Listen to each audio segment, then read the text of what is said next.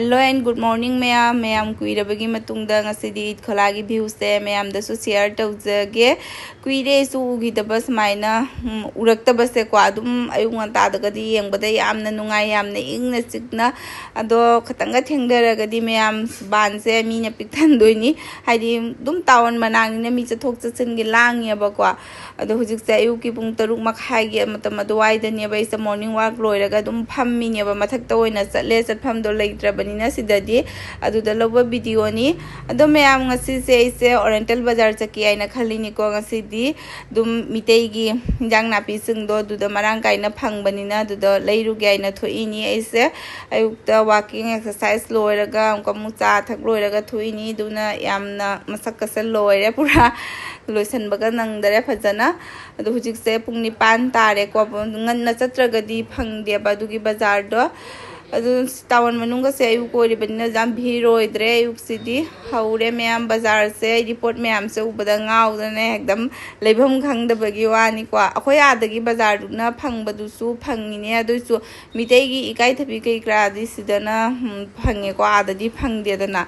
adu sidasu usoi di hongami ma'am atei posing di tangi aduga usoi di sidasu hongami मिसे ma'am मी सु फजना भी रोरे दोना parking भंगदना गाड़ी से आ लापना थमुरबनी को मैम खोंग चखलिनी खबानी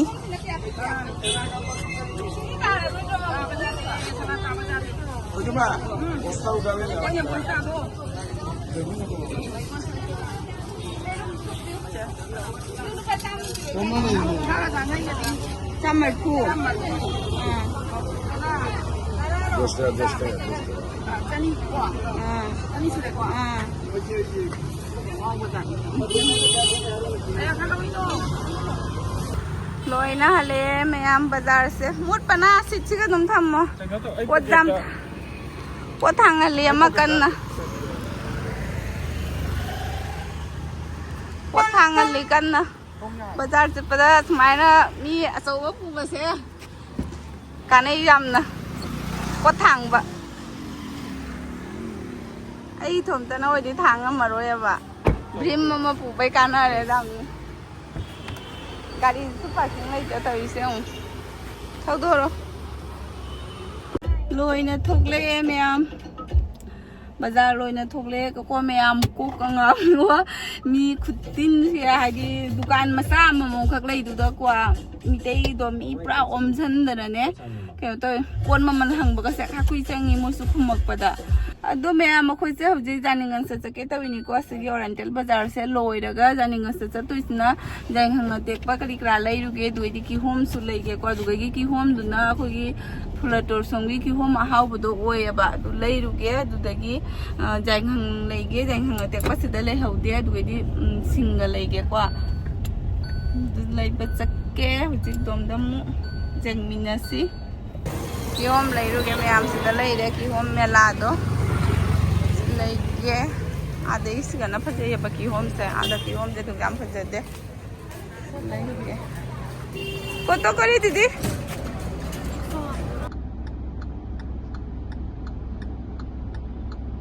यम जा है फेसाव मैम जुरा द जाम कुंदंग की अखाक साव यबा दुम हाउनी साबदा Dangai piba sule ori amada khak sawi du sum durada sama ori baduna ji singa da zole saino sida leire sing se local na to manina sing mulo ye se am badana dai ni na kri kra mare bhangi hoi mara le ma'am जुबिदा थकी के लोइरकपगी सिदा दाम होंगे आइदोरा तांगे आइदोरा सिदा रुपा याना जांखै लौरे आदा हम बतरा का खिंग अते करी लेगे तो लेगे अते मोरोगा टेक को लौहिनी तो लोय तरबुज का लेरा रो सिदा तो सिदा बाजार लोइना थुकले को मैम सिनु पास इ होना बस हथि ना वारे आइस निबो सिमि से बो सुजाम लुम्बा थांगले जदि सुजाम लुम्बा थांगले सिबु दोसा जाने ना लैबा चली बा इडलीगा आइबो अइना कमाई ngasi nongmagi sigumba mapani se ta haudradi hinghauni aina dumaina khali ko mana ngasi nongmai kamaina I cha hauradi asini mana khalli se khobani se gi difference se sini ꯑꯩꯅ ꯅꯣꯡꯃ ꯈꯛꯀ ꯍꯦꯜꯂꯧꯕꯁꯦ ꯋꯥꯏ ꯀꯟꯇ꯭ꯔꯣꯜ ꯇꯧ ꯉꯝꯃꯦ ꯑꯩꯅ ꯊꯃꯣꯏꯗ ꯍꯔꯥꯎꯋꯦꯕꯀꯣ ꯖꯥꯔꯤꯉꯩ ꯆꯥꯍꯧꯗ꯭ꯔꯒꯗꯤ ꯑꯩꯅ ꯑꯗꯣ ꯃꯥꯅ ꯑꯃ ꯖꯥꯔꯤꯉꯩ ꯑꯝꯇꯪ ꯆꯥꯍꯧꯔꯗꯤ ꯁꯤꯅꯤ ꯃꯥ ꯈꯜꯂꯤꯁꯦ ꯗꯣꯁꯥ ꯂꯩꯅꯦꯅ ꯇꯧꯔꯦꯕꯁꯦ ꯕꯖꯥꯔ ꯄꯨꯔꯛꯄꯒꯤꯅꯦ ꯕꯖꯥꯔꯁꯤꯕꯨ ꯃꯥꯅ ꯇꯧꯔ ꯄꯤꯖꯗꯣꯏ ꯅꯠꯇ꯭ꯔꯣ ꯑꯩꯉꯣꯟꯗ ꯅꯨꯄꯥꯅ ꯕꯖꯥꯔ ꯇꯧꯔ ꯄꯤꯖꯗꯣꯏ ꯅꯠꯇ꯭ꯔꯕ दुकान भी फंगदरे ꯑꯩꯅ ꯕꯖꯥꯔ ꯄꯨꯊꯣꯛꯄꯒꯤꯅꯦ ꯑꯩꯅ ꯀꯩꯅꯣ ꯇꯧꯔꯤ ꯀꯟꯅ ꯗꯣꯁꯥꯒ ꯏꯗꯂꯤꯒ ꯂꯧꯅꯤ ꯕꯟ ꯇꯧꯈ꯭ꯔ ꯃꯥꯜꯂꯦ ꯗꯨꯀꯥꯟ ꯂꯩꯇ꯭ꯔ ꯃꯥꯜꯂꯦ ꯂꯨꯄꯥ ꯀꯌꯥꯒꯤ ꯂꯩꯔꯦ ꯏꯕꯨꯡꯉꯣ ꯃꯥ ꯂꯩꯔꯨꯅ ꯂꯥꯛꯑꯦ ꯀꯌꯥꯝ ꯂꯩꯁꯜꯂꯛꯏꯅꯣ ꯌꯥꯝꯗꯦꯗ ꯅꯪꯅ ꯖꯥꯝꯗꯦꯗ ꯍꯥꯏꯕꯁꯦ ꯑꯩ ꯀꯤ ꯖꯨꯝ ꯌꯧꯔ ꯈꯪꯒꯅꯤ ꯑꯣꯠꯁꯀ ꯀꯔꯤꯒ ꯇꯤꯡꯅ ꯂꯩꯍꯧꯔꯤꯅꯤ ꯃꯌꯥꯝ ꯅꯪ ꯑꯗꯨꯃꯥꯏꯅ ꯆꯥꯔꯣꯏ ꯍꯥꯏꯗꯤ ꯄꯩꯁꯥ ꯃꯥꯡꯍꯜꯂꯤꯅꯤ ꯑꯣꯠꯁꯀ ꯆꯤꯌꯥꯁꯤꯁ ꯗ꯭राꯏ ꯐ꯭ꯔꯨꯠꯁ ꯌꯥꯝꯃꯨꯔꯕ ꯄꯩꯁꯥꯅꯤ ꯄꯩꯁꯥ ꯃꯥꯡꯍꯜꯂꯤꯅꯤ ꯂꯥꯛꯀꯤ ꯁ꯭ꯇꯣꯔ ꯍꯥꯡꯒꯗ꯭ꯔꯥ ꯄꯣꯠ ꯂꯧꯈꯤꯒꯦ ꯗꯤꯌꯥꯒꯤ ꯑꯥꯏꯁ ꯀ꯭ꯔꯤꯝ ꯁꯦꯝꯕꯤꯒꯦ ꯇꯧꯕ ꯃꯌꯥꯝ ꯑꯣꯠꯁꯅ ꯇꯧꯔꯒ ꯉꯁꯤ ꯀꯗꯥꯏꯗꯩ ꯁꯨꯛꯌꯥꯝ ꯆꯤꯟꯅꯕ ꯅꯨꯃꯤꯠꯁꯤꯒ ꯁꯤꯜꯆꯔꯒꯤ ꯖꯥꯝꯁꯦ ꯍꯧꯔꯦ ꯃꯌꯥꯝ ꯄꯨꯡ 8:19 ꯇꯥꯔꯦꯀꯣ ꯑꯗꯨꯝ ꯒꯥꯔꯤꯁꯦ ꯆꯤꯟꯕ ꯍꯧꯒꯠꯂꯦ ꯁꯤꯐꯥꯎ ꯁ꯭ꯀꯨꯜꯁꯤꯡꯗꯤ ꯈꯇꯪ ꯚꯦꯀꯦꯁꯟ ꯄꯤꯅꯔꯕꯅꯤ ꯑꯩꯈꯣꯏ ꯁ꯭ꯋꯥꯏꯒꯤ ꯑꯩꯈꯣꯏꯒꯤ ꯒꯨꯂꯤ ꯆꯪꯐꯝ ꯀꯦꯄꯤꯇꯦꯜꯒꯤ ꯄꯣꯏꯟꯠꯁꯤꯅꯤꯀꯣ ꯃꯌꯥꯝ ꯑꯃꯨꯛ ꯍꯦꯟꯅ ꯖꯥꯝ ꯑꯣꯏꯔꯤꯁꯦ ꯁꯤ ꯃꯐꯝꯁꯦ ꯃꯥꯏꯀꯩ ꯑꯅꯤꯗꯒꯤ ꯒꯥꯔꯤ ꯂꯥꯛꯁꯟꯕꯒ ꯑꯗꯨꯒꯤ ꯁ꯭ꯋꯥꯏꯗꯒꯤ ꯗ꯭ꯔꯥꯏꯚꯔꯁꯤꯡꯅ ꯀꯣꯟꯊꯣꯟ ꯆꯥꯗꯕꯒ ट्रैफिक रूल्स अम्बाव फॉलो तौदेबा दुनसुनी गाड़ी से चंगजाद्रे मैम भरा कांगू मयुमदा हनदोरिबको हादि भरा थादोइबा ngasi दुगी पोसे होंगटपगी लैरे गाड़ी से मामी गैगे पोसे लौथरगे आइसे मनिंग अंगा होगलबा होगन चारीदे जे मोदादे सेबा तहली लोइरे नत्रा तुम्बसु तुम्मना वारी कली याने तुममदाइदा पूरा चखरा सिरो चे मोता से सुआ लेहौरी ऐना लागा दुम हौबीरगे तन छाइना मोता तन गा हौरा पिजे बिना लैरमे मा दियागा जम बेस्ट फ्रेंड होइनरी मोइबानी हंदा सुगा लैरे पुसिंगदो गाड़ी दा खरम दिले हौरे कइनो मा लैसे त बिसोंने मसिनु पासे इने बिसोंने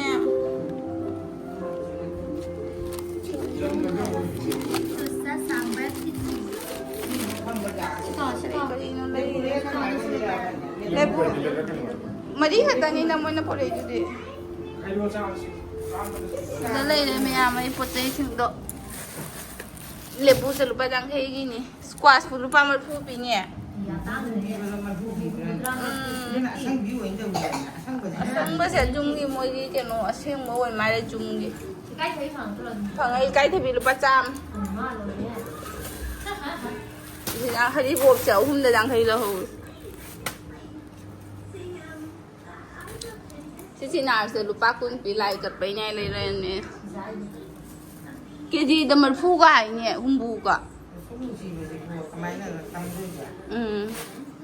सिना रुपा तरा तनी ने नोंग हयेंग सिंदोंग चानी नोंग सिंदू चानी अदुदगी असिना केनो तो रुपा चाम्पी काई थपी पुन क्यानो सिना अवा फदिगोम लेसिना पेरुक नि मैम मेट लगा सागे न तविनी पेरुक तो मेट लगा सागे सिना मयांगबा रुपा तरा सिनी पोसिंग से उसोय अनिदा रुपा जांखै सी उसोय से अनिदा रुपा जांखै द पड़े सिनी एगी बाजार से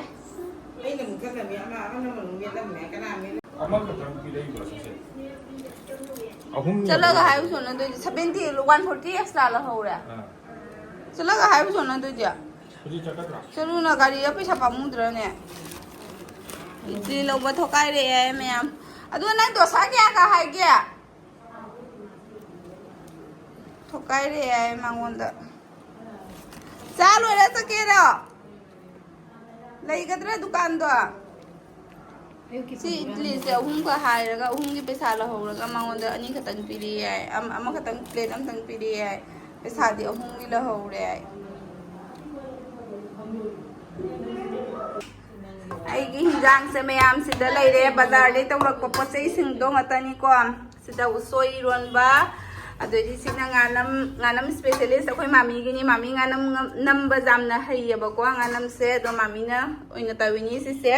ꯁꯤꯅ ꯏꯀꯥꯏꯊꯕꯤꯁꯤꯒ ꯆꯥꯔꯅꯤ ꯁꯤꯅ ꯉꯥꯒꯤ ꯃꯔꯤꯟꯈꯥ ꯉꯧꯕ ꯁꯤꯗ ꯆꯨꯝꯊꯣꯡ ꯂꯩꯔꯦ ꯑꯗꯨꯒ ꯁꯤꯗ ꯕꯣꯔꯥ ꯂꯩꯔꯦ ꯃꯣꯁꯣꯔꯤ ꯕꯣꯔꯥꯅꯤꯀꯣ ꯃꯌꯥꯝꯁꯤꯅ sina ngai ngamdare ko hola aga lakani su haidaba sak haibo khonga lakpai wani tuga injang sai namta blog namgi gai bu ngai ka ngamdabai wani mo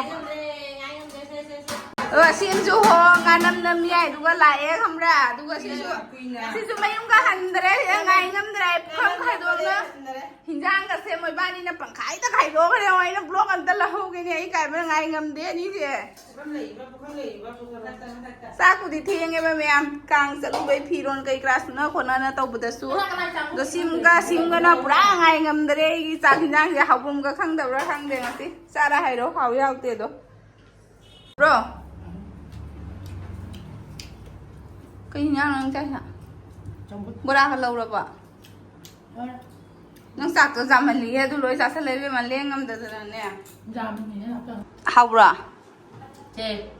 quay bà là thì nên giang hậu rồi thì nên hành lùi được bà mẹ ăn cái đó mà không ấy mà tàu tàu hậu rồi ấy lạc bé hậu sáp hàng nghìn nè mà thêm tàu pi tận à ấy lạc tận à mà su sa này nè mà su sa này lại dâu chơi thế phút lâu phẩu thôi đây nè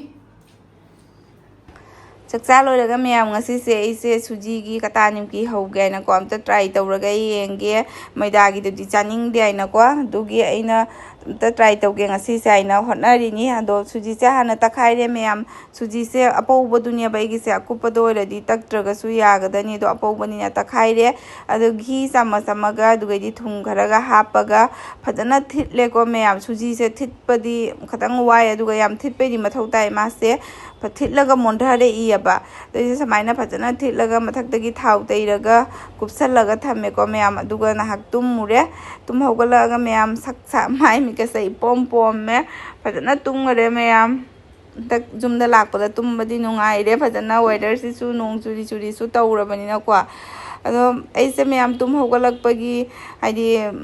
blog se wanga ga ne machin ga marei ga amta suram dare tum hogalakpagi ado e hei cha ge tawini meyam hei cha baste ki hom mai leirak paduga chinar ga haidi hainau ga doidi keno maltra kai krasi di diagi ni sidi mana pamje ko ki hom ga chinar ga si jam cha de ma samaina semdo e phajana ki hom se meyam keno thumi yamna aduga तरबूज के सिनार से आइना लेरक पसे ma'am साथीना हाउरमी को हाइदी थाजदना मनुंग से ngang थोथ लाउबदो दुमाइना ओयबा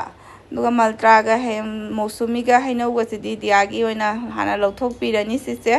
तो थैबोंग सु ma'am फजना चारे जुमदा लाकपदगी अखोय जुमदगी मामा ओइना सु पिरेकना लेरमे थैबोंग से do aise chaba loiraga meyam kamu atado huji thitna katanim ki hoge tawini ko sanda oiram daida samaina phajana chakuna ka thatle ko ta aga dumbudi oigi meyam ai gi do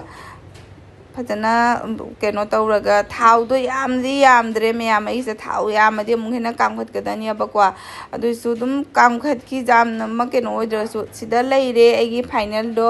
maina dum mal labani aba dukan gi do dum haidi prek laure bakwa dum hauso hawi moida sabade di sina phai meyam moida sabadu di phatte na kwa do sandagi ni niyam su koire ba masunu pido di ai mama na binge bakwa do diaga sana ningi ai do khoi da saki ai na ningi du na pura ga la e do mogi salon bi ni ni sauji charo sofa ka se loi le ne thaba ping ka ai do ping da de ping na de sini ping ba do tare makha ta ba chawra nu kari color no hai ro ne du gai sing do jeng ne no bani kai color pink yellow green white green tu tara color se tai jau dra mare kwa charo chakhai nu kwa ni ne thawa cha ni ye si lo ho ge video da ꯆꯥ ꯊꯛꯇꯦꯅꯦ ꯑꯉꯥꯡꯅ ꯆꯥ ꯊꯛꯅꯗꯦꯅꯦ ꯄꯤꯊꯧꯔꯅꯤꯅꯦ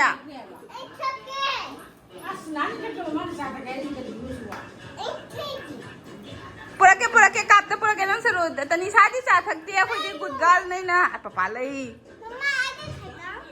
लई जात देखी तंग सु juice P गए no बानी जूस पी गया दो जी फमो जूस पी गए सो अयो माई को दाउ नि से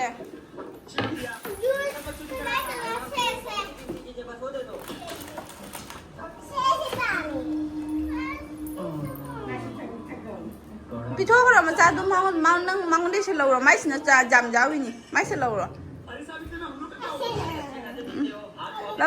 नंद बादु लौरो नंग दु थकते आए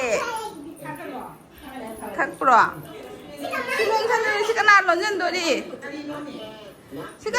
दोरी लोंजन लो